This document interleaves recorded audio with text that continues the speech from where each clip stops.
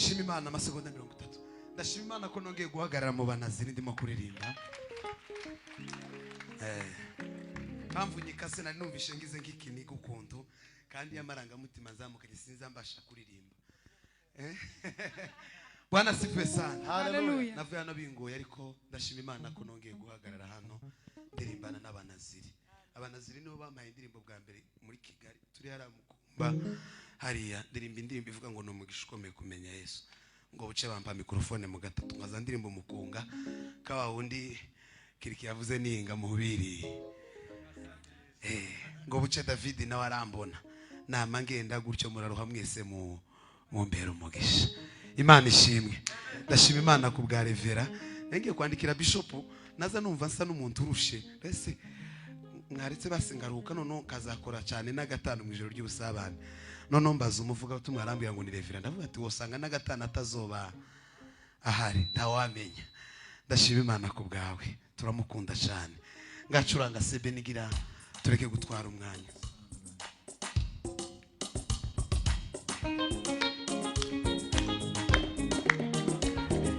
Numvise mugezi wanjye ashima we anyibutse iby'imbaraga zawe kandi najye mfite icyo cyifuzo no oya sinatahamara masa we uko imarakazi yahagizwa ishakashaka ho yanywa amazi we niko umutima wanjye ukwifuza mana we oya sinatahamara masa numvise mugenzi wanjye ashima anyibutse iby'imbaraga zawe kandi najye mfite icyo cyifuzo mana we oya sinatahamara masa uko imarakazi yahagizwa ishakashaka ho yanywa amazi niko umutima wanjye ukwifuza mana we oya sinatahamara sinakurekura Erega sinakurekura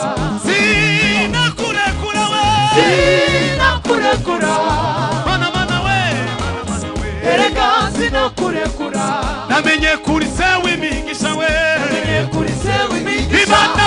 Imana y'imuri bihe Erega sinakurekura namenye kuri sewe imigisha we Imana y'imuri bihe Erega sinakurekura Imana y'imuri bihe Erega sinakurekura Imana y'imuri bihe Erega sinakurekura Imana y'imuri bihe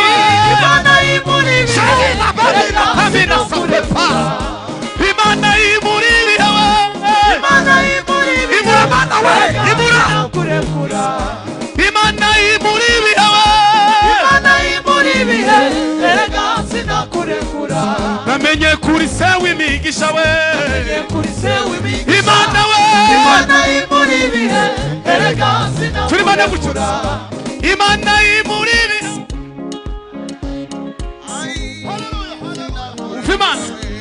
Imana y'imuri bihe kandi we Imana y'imuri bihe zamura ibiganza Imana y'imuri bihe muzamure piano zamura piano papa Imana y'imuri bihe zamura Imana y'imuri bihe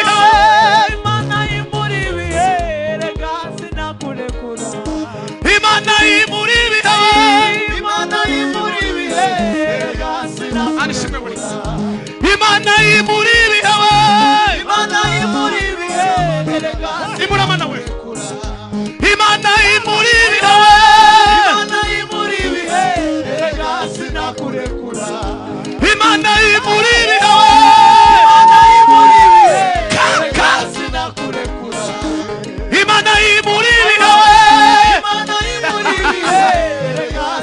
kurekura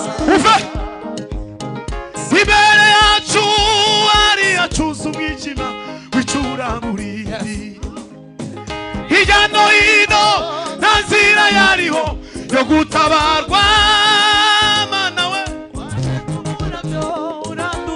ayi waje kubura byo waje kubura mana we waje kubura mana we waje kubura waje kubura ayi waje kubura byo uradutabara zahora ngukorera zakwamamaza ugiye ngiriho zahora ngurata zakwamamaza ugiye ngiriho zahora ngurata zahora ngukorera zakwamamaza ugiye ngiriho. Ese ko murumva Bwana sifiwe. Fatira umuntu kwegere mu kiganza. Zabiye byari bikomeye warabihinduye mana we zabiye warabihinduye ayiwe zabiye we warabihinduye mana zabiye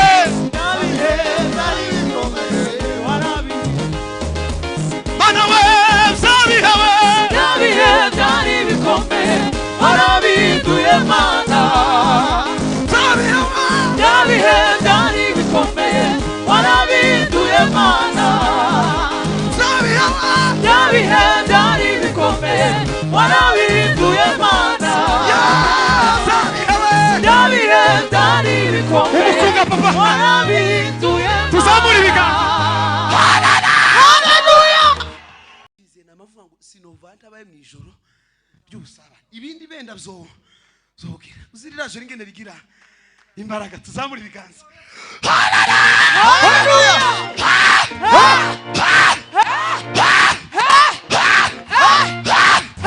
zamura ibiganza bisaba kubw'icyubahiro cy'Imana haleluya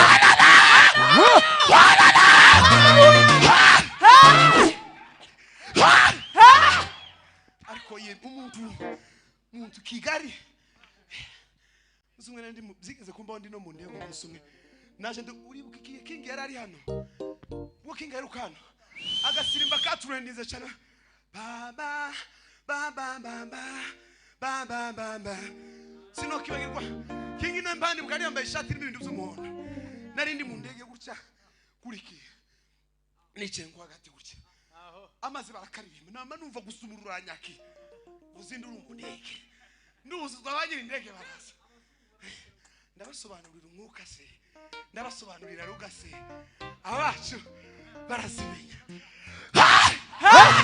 ngacuranga turatarama mu kanya niba hari icyifuzo ugifite ufite ubunyina wizera Imana hori kuitwa kwa Samueli mwana wenu kulitokana na mama nawe alipanda shimo ili aombe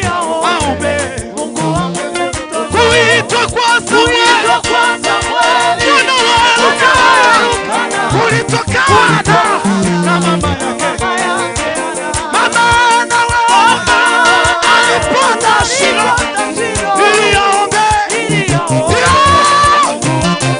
kuitwa kwa Samueli mwana wa Eluka kulitokana na mama yake mama nawe alipanda shimo ili aombe